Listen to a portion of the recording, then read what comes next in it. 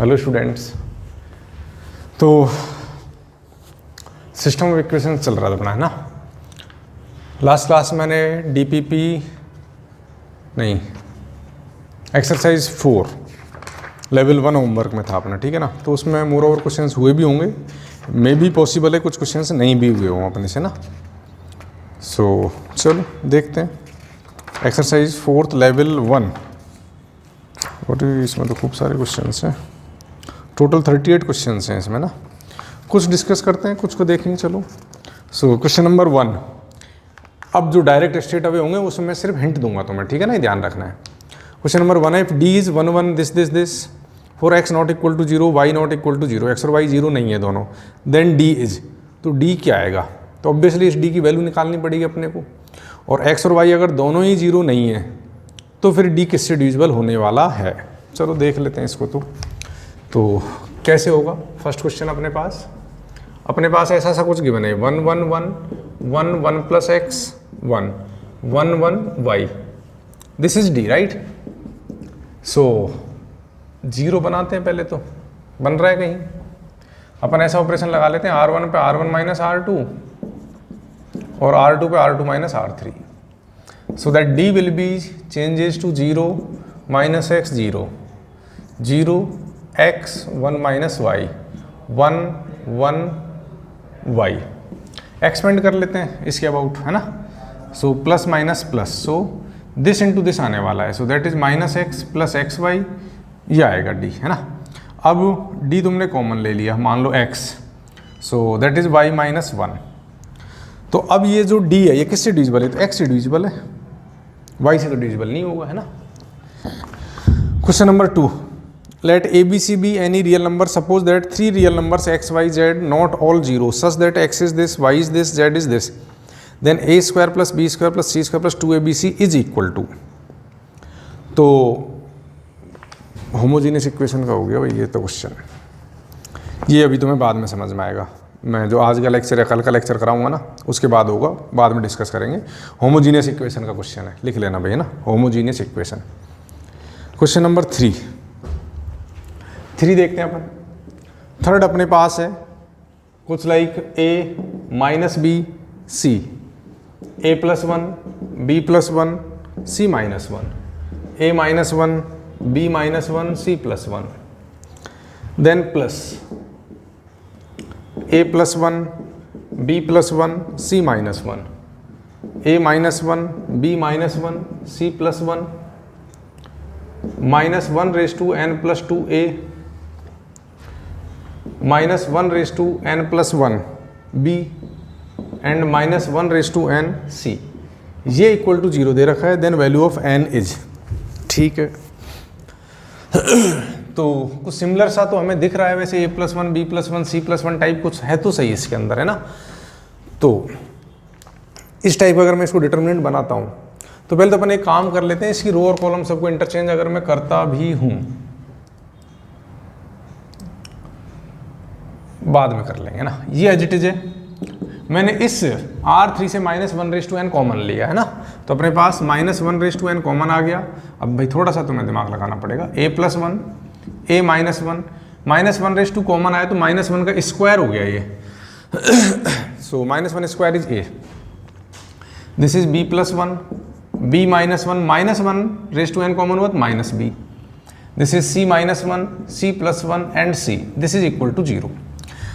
अब ठीक है, ये दोनों डिटर्मिनेंट मेरे को सेम से बनाने हैं ना, तो यहाँ a माइनस, तो एक बार ये as it is plus minus 1 raise to n, इसकी रो और कॉलम सबको मैंने इंटरचेंज कर दिया, उससे डिटर्मिनेंट में कोई फर्क नहीं पड़ता है ना।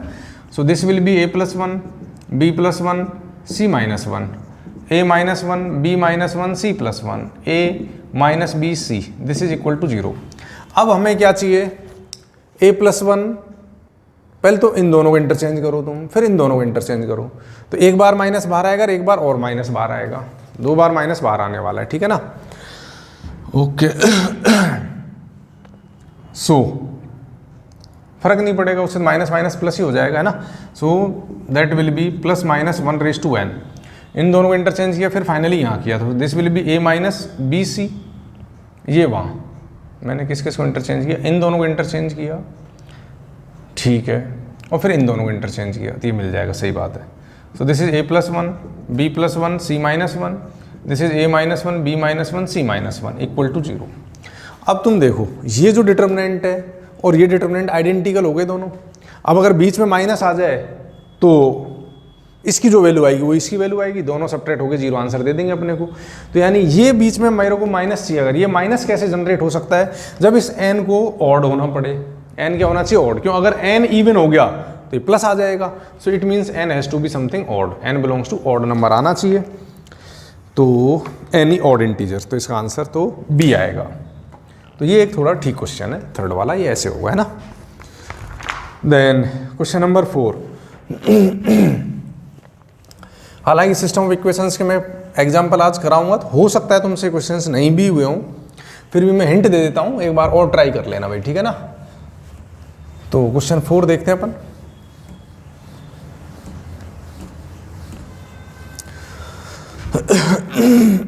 Sorry, question number 4। फोर्थ अपने पास है कि like x1 + 2x2 + x3 = 3, then 2x1 + 3x2 + x3 = 3 and 3x1 + 5x2 + 2x3 that is equal to 1। Consider the system of linear equation the system has. तो सिस्टम हैज़, अब उसने option दे रखे हैं infinite solution, unique solution, exactly 3 solution. ठीक है, exactly 3 कुछ होता नहीं है वैसे, या तो एक सॉल्यूशन होगा या एक से ज़्यादा होंगे, उसको इनफाइनाइट सॉल्यूशन ही बोलते हैं अपन, ठीक है ना। तो there is no like exactly 3 solution and no solution. तो ये तो सॉल्यूशन एग्जिस्ट करेगा या नहीं करेगा, ये तो D, D x, D y, D z इन पर डिपेंड करेगा। तो अब अपने को क्या करना पड़ेगा, इसका डी देखना पड़ेगा तुम्हें। 1 2 3 2 3 5 1 1 2। अब इसकी वैल्यू निकालते हैं, है ना। सो देख लो, 1 × 6 - 5 -2 × 4 -3 + 1 × 10 -9। ठीक है, this is 1, this is -2, this is 1, तो 0 आ रहा है। डी तो इसका 0 आ गया। अब D x, D y, D z भी चेक करने पड़ेंगे अपने को, है ना।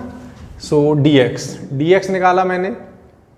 डी एक्स मतलब इस वाले वेरिएबल कोफिशिएंट निकाल रहे हैं अपन एक तरीके से। तो इसकी जगह इनको ले लो कांस्टेंट को, 3 3 1 दैट इज 2 3 5, दिस इज 1 1 2।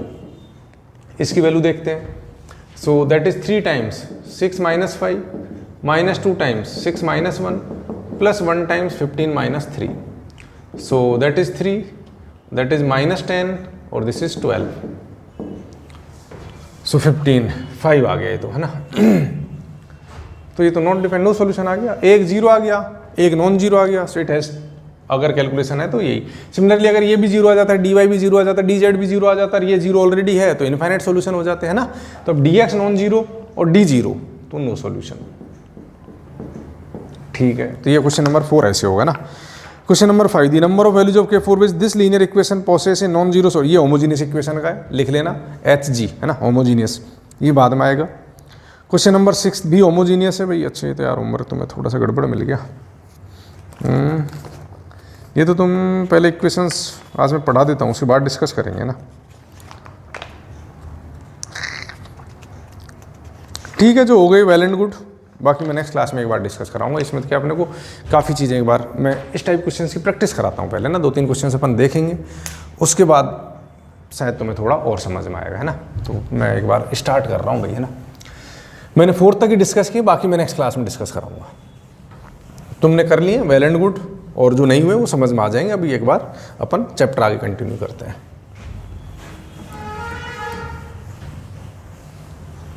और होपफुली ये चैप्टर तुम्हें समझ में भी आ रहा होगा, है ना। जैसे जैसे मैंने समझाया, अगर वैसे वैसे समझते चल रहे हो तो क्वेश्चन तुमसे इसका बन जाएगा, ठीक है। तो लास्ट क्लास में मैंने तुम्हें सिस्टम ऑफ इक्वेशंस में 2 variable 2 equation, 2 variable 3 equation, 3 variable 3 equation का कॉन्सेप्ट समझाया था। डी पे कंडीशन लिखाई थी, नोट भी लिखाया था, टेबल टाइप भी बनाई थी मैंने। वो मैंने बोला था याद होना ही चाहिए, मतलब होना ही चाहिए, ठीक है। तो उस नोट के अंदर मैंने तुम्हें याद हो, मैंने बोला था कि अगर डी भी 0, डी एक्स भी 0, डी वाई भी 0, डी जेड भी 0 तो इनफाइनाइट सॉल्यूशन होते हैं। डी नॉन 0 तो यूनिक सॉल्यूशन है। D non 0, D x, D y, D z तीनों ही 0 तो trivial solution. D non zero, D x, D y और डी जेड में एक भी नॉन जीरो हो गया तो नॉन ट्रिवियल सॉल्यूशन है। तो बहुत अच्छे से फंडा क्लियर होना चाहिए। अब इसमें एक एक्सेप्शन आता है ना, तो वो अपन लिख लेते हैं एक्सेप्शन। कई बार क्वेश्चंस वो थोड़ी सी चालाकी करेगा अपने से ना, तो वहाँ अपने को समझना पड़ेगा कि एक्सेप्शन है। मान लो मैंने तुम्हें इस टाइप की इक्वेशंस दे दी कुछ, है ना, कि like x plus 2y plus 3z equal to 1, something x plus 2y plus 3z equal to 3, और x plus 2y plus 3z equal to कुछ 7 दे दिया, कुछ भी दे दिया, है ना। तो इस टाइप की 3 इक्वेशन आ गई। अब ये जो 3 इक्वेशन है ना, इसका तुम d निकालोगे तो इसका d आएगा जैसे 1 1 1 2 2 2 3 3 3, तो 0 आने वाला है। इसका तुम dx भी निकालोगे तो तुम देखोगे dx क्या आएगा 1 3 7 2 2 2 3 3 3, ये भी 0 आ रहा है। तो अपन क्या मैं क्या समझाने की ट्राई कर रहा हूँ कि इन इक्वेशंस के लिए, ये जो तुम्हारे पास में 3 इक्वेशंस गिवन है, इसके लिए d, dx, dy और dz ये सभी 0 आ गए इसके लिए। तो अब मैंने क्या समझाया था कि अगर d भी 0 आ जाए, dx भी और dy और dz, तो इस इक्वेशन के कितने सॉल्यूशन होने चाहिए? इनफाइनाइट सॉल्यूशन होने चाहिए, ऐसा लिखा हुआ है। लेकिन but this system of equation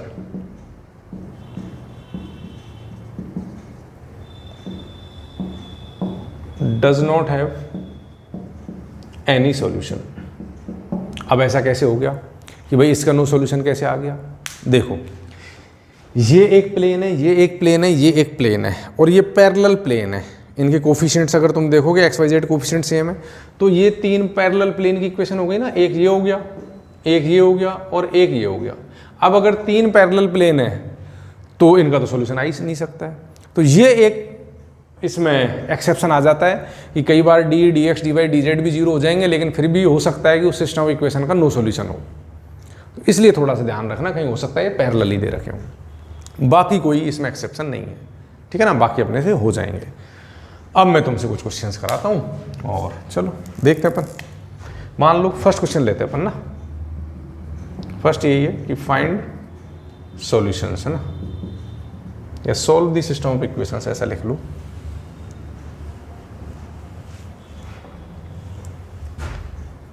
solve the system of equations.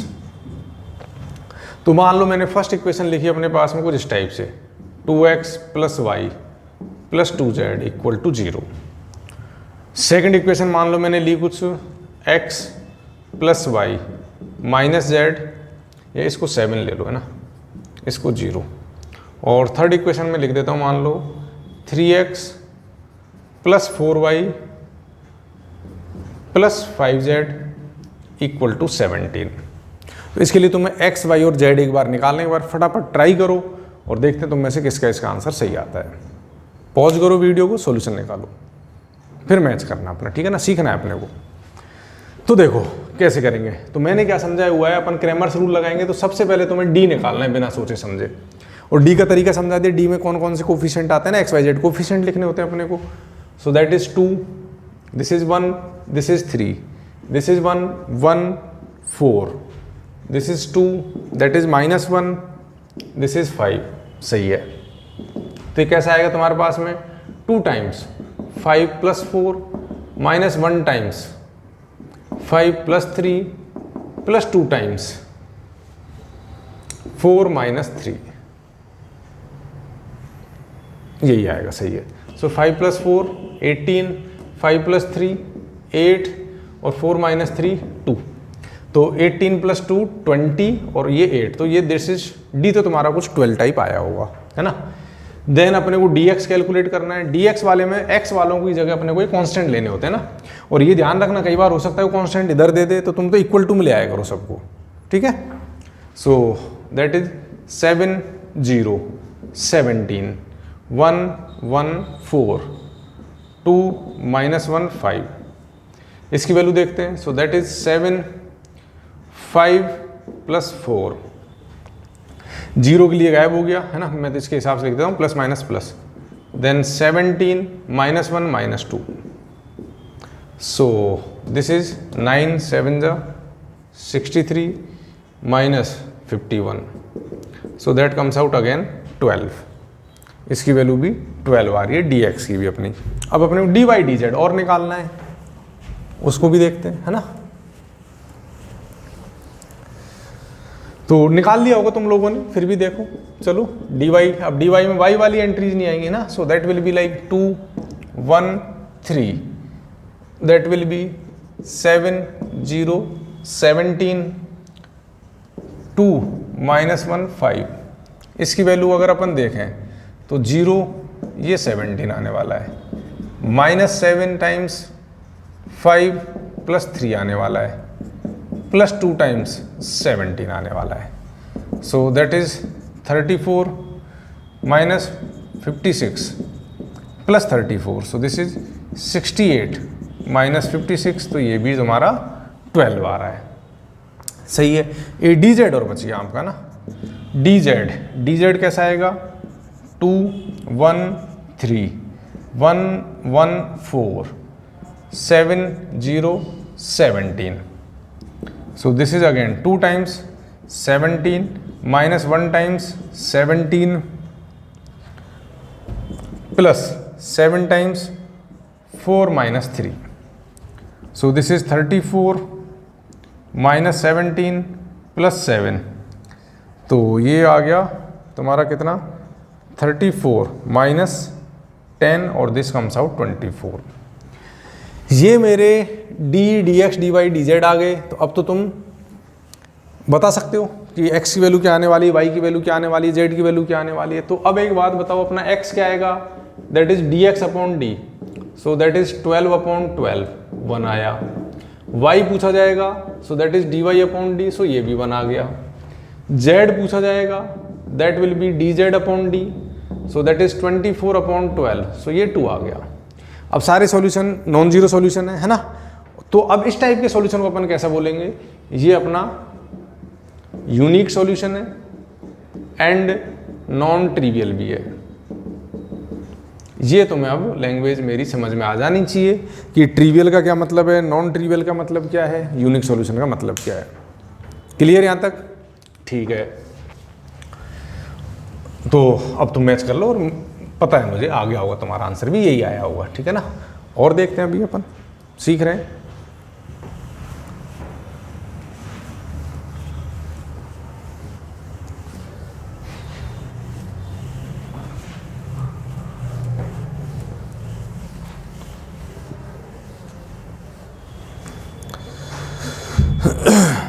Then चलो एक क्वेश्चन और लेते हैं।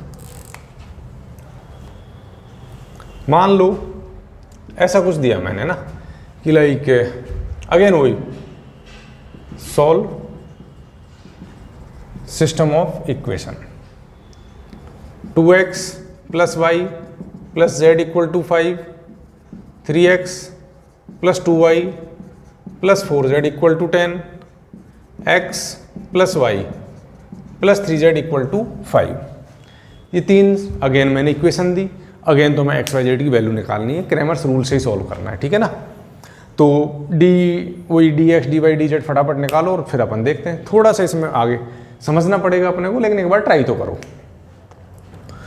तो देखते हैं अपन डी अपना कैसा आएगा इसका, दैट विल बी 2 3 1 1 2 1 1 4 3, ठीक है। So that is 2 times 6 minus 4 minus 1 times 9 minus 4 plus 1 times 3 minus 2। तो 6 minus 4 2, so this comes out 4, 9 minus 4 5 और दैट इज 1। तो ये तो 0 आ गया भाई। अब डी 0 आने लगा। तो अब डी 0 आ गया तो D x D y D z decide करेगा, अब तो सोल्यूशन एग्जिस्ट करेगा या नहीं करेगा। बात समझ में आ रही है मेरी? ठीक है।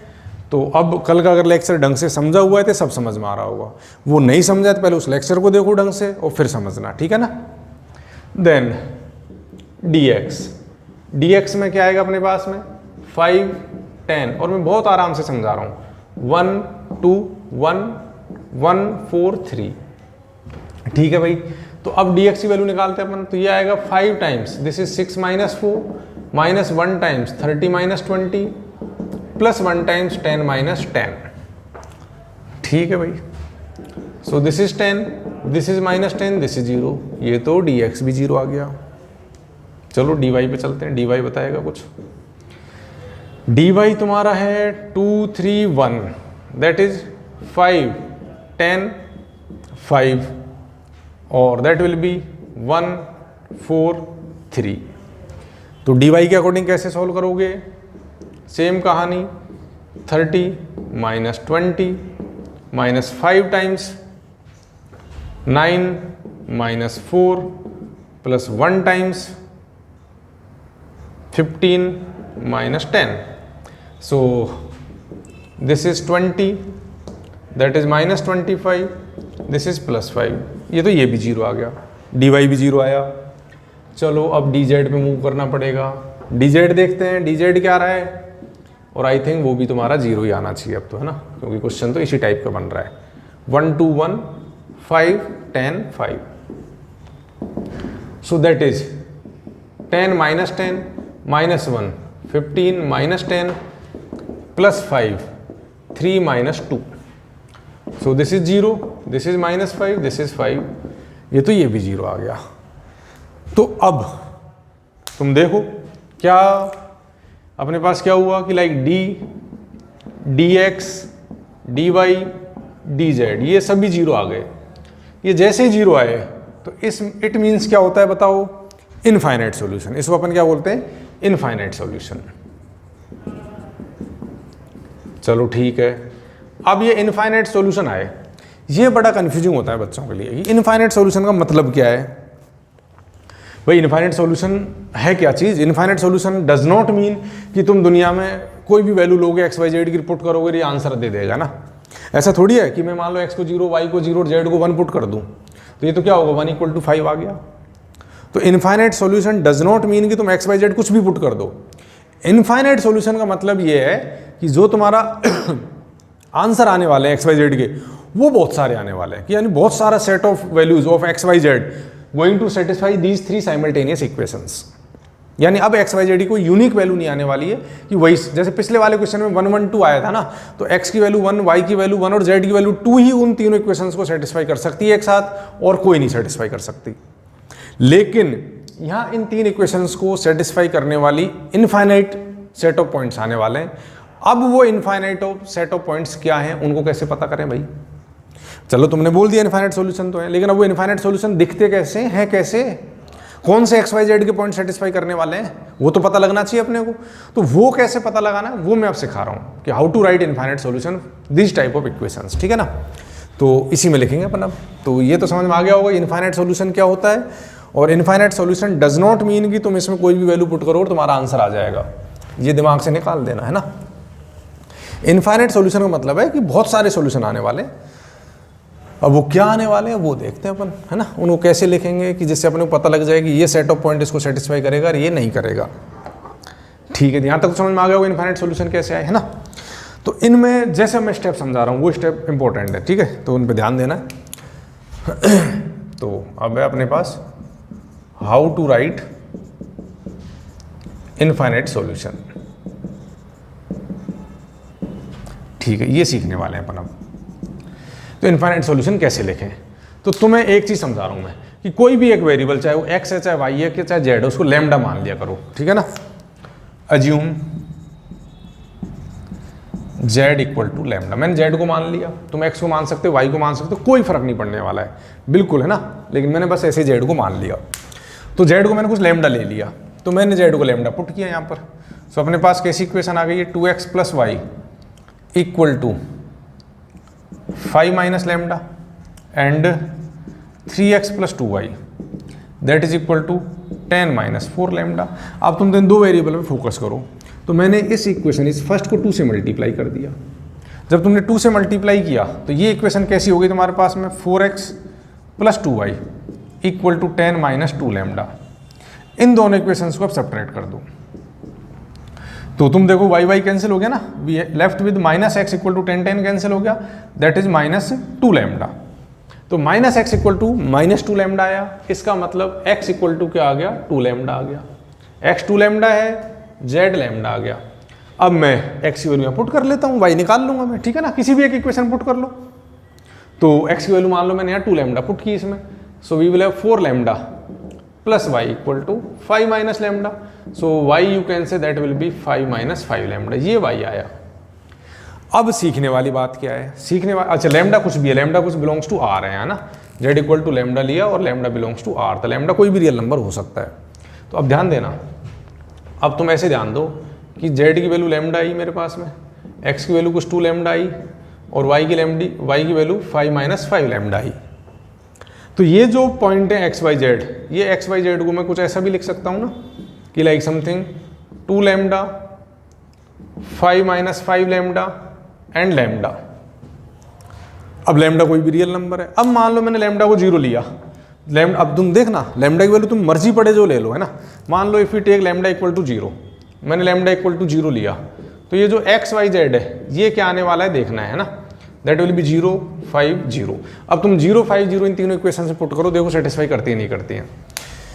0 5 0 5 equal to 5, 0 10 0 10 equal to 10, 0 5 0 5 equal to 5, तो तुम देखो ये सेटिस्फाई करेगा। इसका मतलब लैम्डा तुमने 0 लिया, तुम लैम्डा को 1 भी ले सकते हो। मान लो मैं लैम्डा इक्वल टू 1 ले लेता, तो तुम्हारे पास कैसा सेट आने वाला है, 1 पुट करो, दैट विल बी 2 0 1। लैम्डा की वैल्यू मान लो तुमने -3 ले ली, सो -3 लोगे -6 प्लस 15 और 5 20 और -3। तुम देखोगे अब ये वैल्यू, ये सेट ऑफ वैल्यूज, ये सेट ऑफ वैल्यूज, ये सब इनको सेटिस्फाई करने वाले हैं। तो इस टाइप का पैटर्न आ गया ये, यानी ये जो पैटर्न है इसको इनफाइनाइट सॉल्यूशन कहते हैं अपन। अब लैम्डा की वैल्यू तुम हाफ 1 2 3 कुछ भी पुट करो, वो जो पॉइंट आने वाले हैं वो इन तीनों इक्वेशंस को एक साथ सेटिस्फाई करेंगे, इसलिए इसके इनफाइनाइट सॉल्यूशन है। तो इनफाइनाइट सॉल्यूशन कैसे लिखना सिखाया मैंने कि किसी भी एक वेरिएबल को लैम्डा ले लो, ठीक है ना, और बस उसको सोल्व करो। फिर कई बार ऐसा हो सकता है, सुनना आप ढंग से, कि तुमने जब z को लैम्डा लिया, जैसे z को लैम्डा लिया तो हो सकता है x और y एलिमिनेट ही ना हो तुमसे, भाई ये दो पैरेलल टाइप बन जाए, है ना। तो उस टाइम पे तुम्हें सोच लेना है मैं z को लैम्डा ना लेके मैं x को लैम्डा ले लेता हूँ या y को लैम्डा ले लेता हूँ। कहीं भी तुमसे इक्वेशन सॉल्व ना हो z को लैम्डा लेने से, तो तुरंत चेंज करो, x या y किसी एक को लैम्डा ले लो, बस इतना सा एक बार बोल रहा हूँ, वो सब सीख जाओगे क्यों ले लेते हैं, ठीक है ना। जनरली z लैम्डा से हो जाएगा, लेकिन नहीं हो तो तुम्हें, क्योंकि हो सकता है ना वो प्लेन z एक्सिस में जा ही नहीं रहा हो, z की वैल्यू सेटिस्फाई ना करे, z के पैरेलल चल रहा हो, तो हो सकता है वो वैल्यू ना निकाल के दे हमें, ठीक है ना। तो फिर हम अपन x को लैम्डा ले लेंगे, y को लैम्डा ले लेंगे। तो ये इनफाइनाइट सॉल्यूशन है। इसका दूसरा तरीका और होता है इस पैटर्न को लिखने का, that pattern can be like, अब तुमने 3D पढ़ा हुआ नहीं है, नहीं मैं तुम्हें समझाता। जैसे मान लो ये कमरा तो तुम्हें दिख ही नहीं रहा होगा, अब तो ना बोर्ड ही दिख रहा होगा, ठीक है। तो मान लो डस्टर है ना, डस्टर शायद तुम्हें पता नहीं 3D टाइप फील देगा नहीं देगा। 3D का मतलब क्या होता है ना कि इन ये 3 प्लेन है तुम्हारे, तो अब ये 3 प्लेन इनफाइनाइट, जैसे मान लो तुम ऐसा समझो, मैं तुम्हें ऐसे समझाता हूँ, एक प्लेन ये है मेरा, है ना, एक प्लेन ये है, ये 2 प्लेन है कुछ भी। अब जो थर्ड प्लेन है वो इनके पॉइंट ऑफ इंटरसेक्शन से अगर पास कर जाए, तो ये जो लाइन ऑफ, देखो ये एक प्लेन है, एक ये प्लेन है, ये दोनों यहाँ इंटरसेक्ट हो रहे हैं, तो ये जो लाइन ऑफ इंटरसेक्शन है इसमें इनफाइनाइट पॉइंट आने वाले हैं, जो इस प्लेन को भी सेटिस्फाई करेंगे, इस वाले को भी सेटिस्फाई करेंगे। बात समझ में आ रही है ना। ये जो लाइन ऑफ इंटरसेक्शन है, जो दोनों प्लेन जिस पे लाई कर रहे हैं, तो उस लाइन ऑफ इंटरसेक्शन में अगर मैं कोई भी पॉइंट लूंगा तो वो इस प्लेन को भी सेटिस्फाई करेगा और इसको भी सेटिस्फाई करेगा। अब अगर मेरा थर्ड प्लेन भी उस लाइन ऑफ इंटरसेक्शन से पास कर जाए, तो वो जो लाइन ऑफ इंटरसेक्शन है ये उस प्लेन को भी सेटिस्फाई करेगी इनफाइनाइट पॉइंट्स में, क्योंकि लाइन पे तो इनफाइनाइट पॉइंट होंगे। तो ये इस टाइप का कुछ सिस्टम होता है, ये तुम्हें 3D में समझ में आएगा और प्रॉपर, ठीक है। तो इनको मैं दूसरे तरीके से कैसे रिप्रेजेंट कर सकता हूँ वो और तुम्हें समझा देता हूँ कि जैसे z इक्वल टू लैम्डा है, तो तुम ऐसे समझो कि like x/2 equal to lambda है, और दैट इज y-5/-5 भी लैम्डा है और z भी लैम्डा है। तो अपन इसको ऐसा लिख सकते हैं x/2 equal to y-5/-5 equal to z/1 equal to lambda. और इस टाइप की 3D में लाइन ऑफ इक्वेशन होती है, वो भी हो सकता है ना पता हो, बाद में सीख जाओगे, चिंता मत करो, ठीक है ना। मैंने तो तुम्हें वैसे समझाया कैसे लिखना होता है, ठीक है। अब तुम लैम्डा की वैल्यू यहाँ पुट करते जाओ, x y z वैसे आते जाएंगे। तो हो सकता है ऑप्शंस में इस टाइप का सॉल्यूशन लिख रहा हो या इस फॉर्मेट में लिख रहा हो, दोनों ही अपने समझ में आनी चाहिए। तो आई होप बहुत बोल दिया मैंने इनफाइनाइट सॉल्यूशंस में, तुम्हें समझ में आ गया होगा। फिर भी नहीं आया है पूछ सकते हो, बोला हुआ है बार बार, व्हाट्सएप कर लेना कुछ नहीं समझ में आया, ठीक है। तो अब मैं आगे बढ़ रहा हूँ, एक और एग्जाम्पल और लेंगे अपन। अब वो एग्जाम्पल अपन लेने वाले हैं मैंने यूनिक सॉल्यूशन करा दिया, इनफाइनाइट नो सॉल्यूशन वाला और करते हैं ना कि नो सॉल्यूशन किस टाइप के क्वेश्चंस में आ सकता है।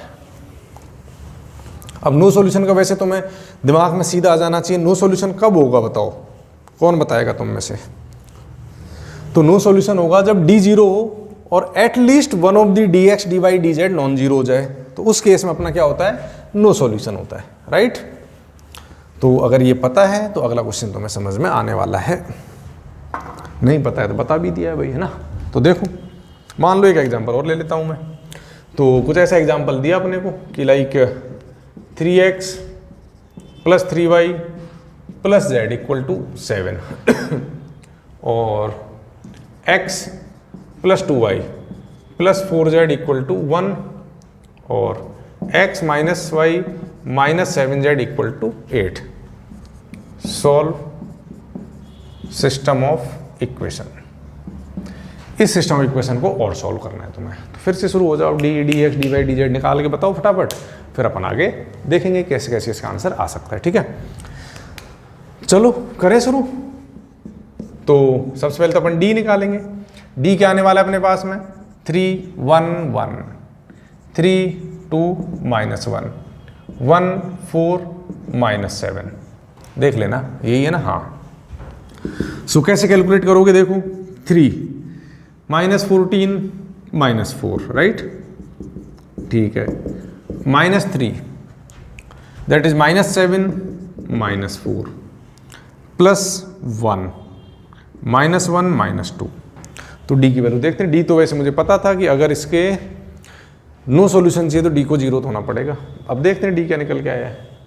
So this D equal to -4 + 4 that is -10, so this comes out -30 that is -11 और प्लस 33 और दैट इज -3।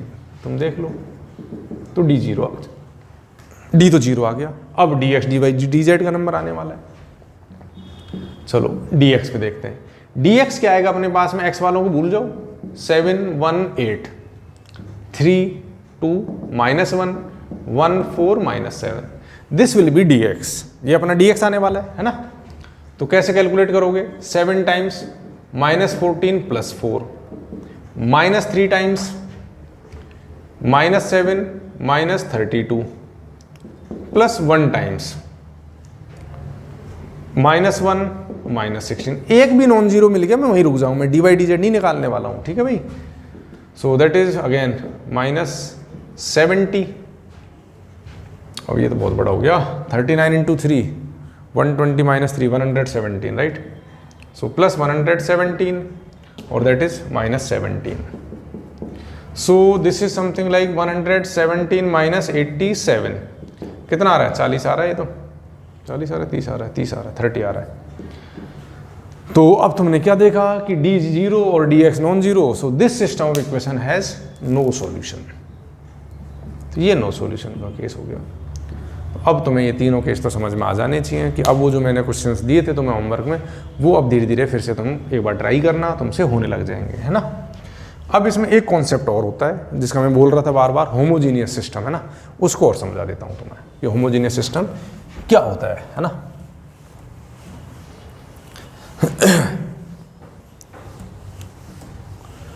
तो अब ये भाई चैप्टर है ना लगभग एंड है, तो तुम्हें समझ में आना चाहिए। वैसे तो फिर भी कहीं रह गया डाउट तो पूछ लेना, बाकी मैंने सब कुछ लिखा दिया, इससे बाहर कुछ नहीं है इस चैप्टर में। जितना कराया है सफिशिएंट है एडवांस के लिए ना, तो बस करते चलो। तो नेक्स्ट हेडिंग डालो।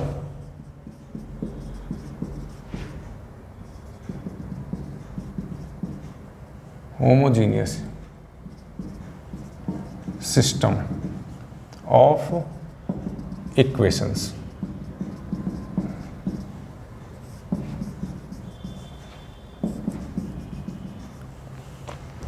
तो होमोजीनियस सिस्टम ऑफ इक्वेशंस में अपने को देखना है अब क्या कि किस टाइप की। तो पहले तो एक वर्ड आया है होमोजीनियस, तो पहले मैं तुम्हें होमोजीनियस वर्ड, ये बार बार यूज होगा, इसको समझा देता हूँ ना। होमोजीनियस वैसे नाम तो मैं सुना होगा शायद में भी। होमोजीनियस का मतलब होता है कि लाइक सेम टाइप का सा ना, इक्वल टाइप का।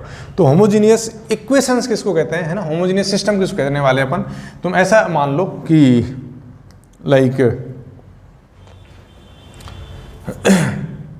if each term in an expression has equal degree, then it is known as homogeneous expression. अब ये क्या है? ये अपने को ये बोल रहा है कि अगर कोई भी जो टर्म है तुम्हारी, है ना, या कोई भी जो एक्सप्रेशन है, उसकी सारी टर्म्स की डिग्री सेम हो, ये वर्ड यूज किया है इसने, इक्वल डिग्री। तो इसका क्या मतलब है? जैसे मान लो मैं फॉर एग्जांपल, अगर मैं तुमसे एक एग्जांपल लेता हूँ, मैं कुछ 2-3 एग्जांपल लेता हूँ, उसमें अपन होमोजेनियस एक्सप्रेशन देखते हैं, ठीक है ना। कि जैसे मान लो मैंने कुछ पी एक्स कॉमा वाई लिखा, कुछ x cube plus y cube plus x square y plus 3 cube. In if each term in an expression has equal degree, इसमें एक वेरिएबल वर्ड यूज कर लो, है ना, ऑफ वेरिएबल, या इफ ईच टर्म, वैसे डिग्री वेरिएबल के लिए डिफाइन होती है, शायद तुम्हें पता होगा, लेकिन फिर भी नहीं पता। If each term in the expression has equal degree for variables, या ठीक है, इतना सफिशिएंट है, तुम समझ जाओगे ना, जरूरत नहीं है उसकी। तो ये एक्सप्रेशन दिया मान लो, है ना। एक और एक्सप्रेशन दे देता हूँ, मान लो मैं P x y z type दे दिया मैंने कुछ, कि x4 x square y z plus Z4 ऐसा दिया, या मैंने सिंपल पी एक्स दे दिया कुछ एक्स स्क्वायर, बस ठीक है, इतना ही दे दिया, है ना। या फिर अपन ने कुछ भी और एक्सप्रेशन दे दिया, कुछ भी like P x y z और लिखा मैंने 3x plus 4y minus 5z plus 10, और एक और लिखा एक्स वाई जेड में कुछ भी 2x minus 2y plus 3z। सिखा रहा हूँ मैं अभी, सब सीख जाओगे, ठीक है। ये मैंने 5 एग्जाम्पल, एक बार ध्यान दो कि होमोजेनियस एक्सप्रेशन अपन किसको कहते हैं। तो इसमें ईच टर्म की डिग्री, इसकी डिग्री कितनी है 3, इसकी डिग्री कितनी है 3, इसकी डिग्री भी 3 है, इसकी 2 और इसकी 1 है, वेरिएबल की डिग्री ऐड हो जाती है ना। ये तो एक नंबर है 27 है, तो इसकी डिग्री हो गई 0। क्यों? इसके साथ वेरिएबल तुम लिखोगे तो x⁻0 लिखोगे या y⁻0 लिखोगे, कांस्टेंट, यानी नंबर की कोई डिग्री नहीं होती है, डिग्री वेरिएबल की पावर को कहते हैं अपन। ये तुमने पॉलिनोमियल में पढ़ा होगा कभी बेसिक क्लासेस में, कि पॉलिनोमियल ऑफ डिग्री 3 डिग्री 5 है ना, तो वो वेरिएबल की डिग्री को कहते हैं। तो इसमें इनकी तो 3 है लेकिन इसकी नहीं है, तो क्या ये होमोजेनियस एक्सप्रेशन है? क्या नहीं है। इसकी डिग्री कितनी है 4, इसकी कितनी है 4, इसकी कितनी है 4, क्या ये है? हाँ बिल्कुल है। इसकी डिग्री कितनी है 2, क्या ये है? हाँ बिल्कुल है। इसकी डिग्री 1, इसकी 1, इसकी 1, लेकिन यहाँ 0 आ गई, कांस्टेंट जैसे आ गया तो डिग्री 0 हो जाएगी उसके साथ, तो है ना, उसके साथ वेरिएबल होना चाहिए था, तो ये होमोजेनियस नहीं है। यहाँ डिग्री 1 है, यहाँ डिग्री 1 है, यहाँ डिग्री 1 है, क्या ये है? हाँ बिल्कुल ये है। तो तुम्हें क्या समझ में आया? लाइक होमोजेनियस एक्सप्रेशन कैसा होगा? जिनके लिए डिग्री सेम चलती हो।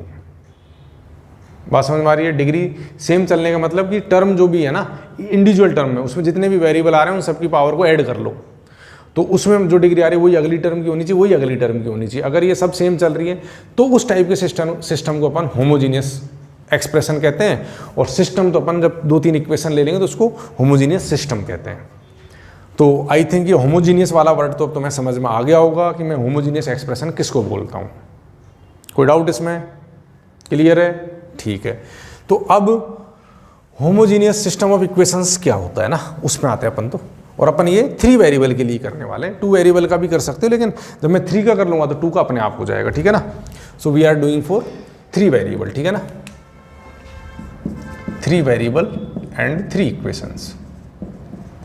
तो किस टाइप का एक्सप्रेशन होमोजीनियस एक्सप्रेशन होने वाला है मैं समझा रहा हूँ, ठीक है। So that will be something like a1x plus b1y plus c1z equal to 0, a2x plus b2y plus c2z equal to 0 and a3x plus b3y plus c3z equal to 0। इस टाइप का जो एक्सप्रेशन होगा वो एक्सप्रेशन अपना homogeneous expression है। ये homogeneous system है। क्यों? इसकी 1 है, इसकी 1 है, इसकी 1 है, यहाँ तो 0 दे दिया। अब 0 के साथ तो तुम x भी लिख सकते हो, फर्क नहीं पड़ेगा, डिग्री 1 बोल सकता हूँ मैं, ठीक है ना। तो अपने को जो ध्यान रखने वाली बात यह है कि एक्स वाई जेड आना चाहिए, कांस्टेंट टर्म नहीं होनी चाहिए। उस टाइप के सिस्टम ऑफ इक्वेशंस को होमोजीनियस इक्वेशन कहते हैं। तो वो जो क्वेश्चंस थे ना जिनके लिए मैं होमोजीनियस बोल रहा था, उनमें कांस्टेंट टर्म मिसिंग थी, सही है। अब कांस्टेंट टर्म मिसिंग होने से क्या हो गया? कांस्टेंट टर्म जैसे ही मिसिंग हो गई तो तुम एक बात बताओ कि इसके लिए D x D y D z तो जीरो हो गया हमेशा। क्यों भाई, डी तो इसमें निकलेगा, डी तो इसका तुम निकालोगे, डी तो कैसा आने वाला है, D will be like a1 b1 c1 a2 b2 c2 a3 b3 c3। लेकिन जब मैं dx लिखूंगा तो dx की जगह तो कांस्टेंट टर्म 0 0 लिखोगे, dy में भी ये 0 0 लिखोगे, dz में भी 0 0 लिखोगे, तो d तो ये आ गया और dx dy dz 0 आएगा इसका हमेशा, ये तो फिक्स ही हो गया। अब dx dy dz अपने 0 आ गए है ना। तो अब एक बात तो तुम्हें समझ में आनी चाहिए कि d नॉन जीरो है और d जीरो भी हो सकता है, कुछ भी हो सकता है। तो अब उसकी कंडीशन को मैं थोड़ा सा समझाता हूं तुम्हें, ठीक है। तो उस पर ध्यान देना कि ये जो d है इस d पे डिपेंड करेंगी अब चीज़, है ना, कि ये d जीरो हो भी सकता है और ये d जीरो नहीं भी हो सकता है। भाई dx dy dz तो जीरो है, ये तो फिक्स हो गया। अब d जीरो हो भी सकता है और नहीं भी हो सकता है। अगर d जीरो नहीं है, मान लो d जीरो नहीं है, सही है, और dx dy dz तो जीरो है, तो इस टाइप में कैसा सॉल्यूशन आएगा कि like origin is the only solution, origin is the only solution. भाई x की वैल्यू भी जीरो आएगी, क्यों, x dx अपॉन डी आने वाला है, y dy अपॉन डी आने वाला है, z dz अपॉन डी आने वाला है, तीनों जीरो आने वाले हैं, तो origin is the only solution.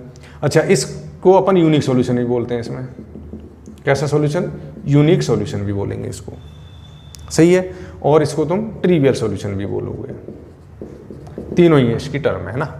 Origin is the only solution, या यूनिक सॉल्यूशन बोल दे वो होमोजीनियस इक्वेशन के लिए, या ट्रिवियल सॉल्यूशन बोल दे होमोजीनियस इक्वेशन के लिए, ठीक है। डी अगर जीरो हो गया, अब डी भी जीरो हो गया, D s D y D z भी हो गया, तो इस केस में तो ये इनफाइनाइट सॉल्यूशन हो गए। किस सॉल्यूशन हो गए, इनफाइनाइट सॉल्यूशन। यहाँ इनफाइनाइट सॉल्यूशन को नॉन ट्रिवियल भी बोला जाता है, वहाँ नहीं बोलते हैं, ध्यान रखना, वहाँ नहीं लिखाया था मैंने ना, यहाँ इनको नॉन ट्रिवियल सॉल्यूशन भी बोल सकता है। यानी अगर कोई होमोजीनियस सिस्टम है और उसके लिए वो नॉन ट्रिवियल सॉल्यूशन बोल दे या अदर देन ओरिजिन बोल दे, अभी देखो भाई टर्म वो कैसी भी यूज कर सकता है। जैसे ही मैंने कोई होमोजीनियस सिस्टम इक्वेशन दिया तुम्हें और मैंने कहा कि इसके solution other than origin solution है, तो जैसे मैंने अदर देन ओरिजिन सॉल्यूशन बोला तो इसका मतलब उसका जीरो के अलावा कोई सॉल्यूशन है।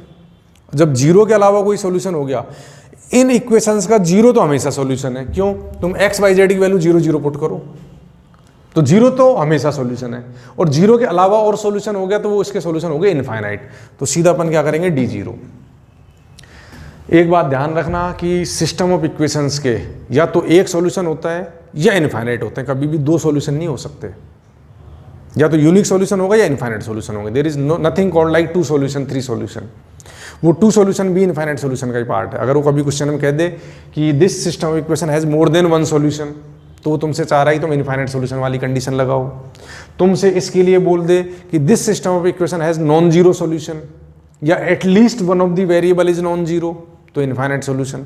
ये जो मैं बोल रहा हूँ लिख लेना भाई, है ना, ठीक है ना। या वो तुम्हें बोल दे कि this system of equation has non trivial solution, तो इनफाइनाइट सॉल्यूशन, ठीक है। तो अब मैं तुम्हें एक बात समझा देता हूँ, यहाँ पर तुम नोट करके लिख सकते हो। लाइक चलो इनको हटाता हूँ,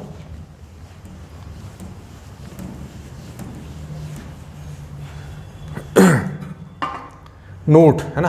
नोट क्या है अपने पास में, फर्स्ट नोट है ना, कि like homogeneous system of equations always have a solution. इनका एक सॉल्यूशन तो हमेशा होता है, ठीक है ना। ऐसा नो सॉल्यूशन हो, वो इसमें केस होता ही नहीं, ठीक है ना। या तुम ऐसा लिख सकते हो ब्रैकेट में, there is no case of no solution. यहां पर नो सॉल्यूशन का कोई केस नहीं होता है, बिकॉज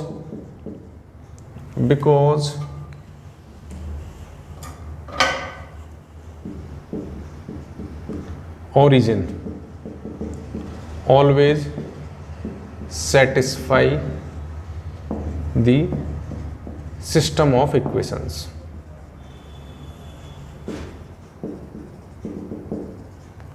ये बात दिमाग में बैठ जानी चाहिए कि इसका कभी नो सॉल्यूशन हो ही नहीं सकता होमोजेनियस इक्वेशन का, ठीक है। सेकंड, फॉर यूनिक सॉल्यूशन, अगर वो तुमसे यूनिक सॉल्यूशन की कहे तो सीधी कंडीशन आनी चाहिए दिमाग में कि D should be non zero. क्यों? इसके D x D y D z तो हमेशा ही जीरो होंगे, ठीक है ना। और for infinite solution, infinite solution D should be zero. अब वो इनफाइनाइट सॉल्यूशन बोले और अदर देन ओरिजिन बोले, अदर देन ओरिजिन, और नॉन जीरो सॉल्यूशन बोले, ये सब भाई सिनोनिम्स हैं, ठीक है ना। Non zero solution, non trivial solution, इन सब का मतलब है कि तुम्हें क्वेश्चन में डी जीरो करना है। तो इसका क्वेश्चन मैं नेक्स्ट क्लास में कराऊंगा। बाकी मुझे उम्मीद है तुम्हें समझ में आ जाना चाहिए जो मैंने समझाया है आज। फिर भी कोई डाउट रह जाता है पूछ लेना। तो अब वो जो एक्सरसाइज 4th लेवल 1 में जो क्वेश्चंस तुमसे नहीं हो रहे थे इस टाइप के, तो उनको एक बार और ट्राई कर लेना। उनको मैं डिस्कस भी कराऊंगा कल, और इसको थोड़ा सा कंप्लीट करेंगे अपन इसको आगे एग्जाम्पल वगैरह करके, ठीक है। बाकी पढ़ो अच्छे से, कोई डाउट हो तो पूछ लेना है, लेकिन होमवर्क जरूर करते रहना भैया ना। जो बच्चा होमवर्क नहीं करेगा वो पीछे होता जाएगा, होमवर्क साथ साथ रखो, ठीक है।